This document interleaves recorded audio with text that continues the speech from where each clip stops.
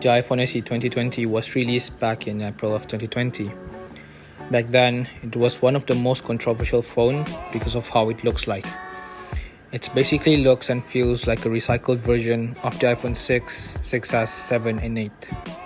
The main reason why you guys should pick this phone up is mainly because of the price tag. Sure, it costs around 1,999 ringgit, brand new from Apple, but in the used market, you can pick this up for less than 1,500 ringgit. That's an extremely decent offering considering how much more expensive the new iPhones are. So let's move on to the technical specs.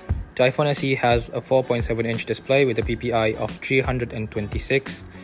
The camera is 12 megapixels and 7 megapixels on the back and on the front.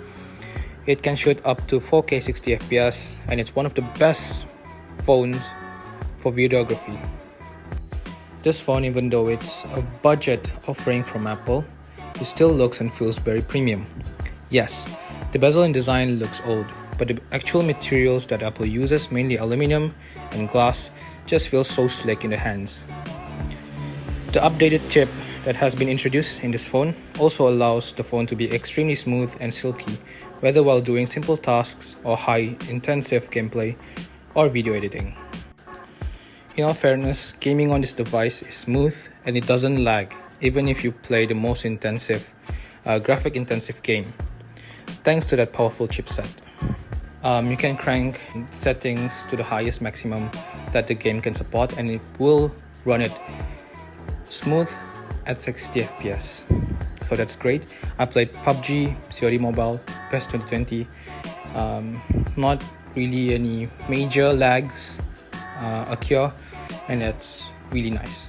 Thanks to that powerful A13 Bionic that Apple puts in this device.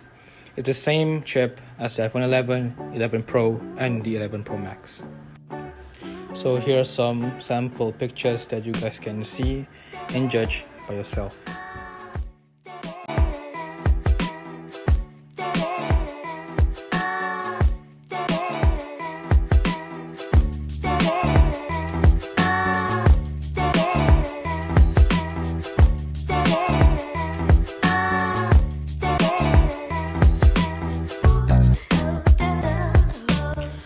Touch ID is also a big factor if you guys want an iPhone with Touch ID, as this is the most powerful home button iPhone that Apple has ever released.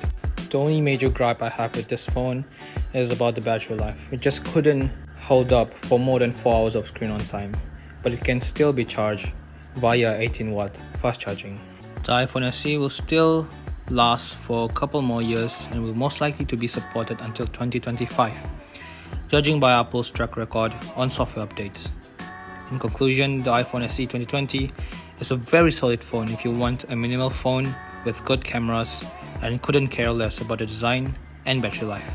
So thank you guys for watching, and don't forget to leave a like and subscribe to my channel for more content like this. That's all from me, and goodbye.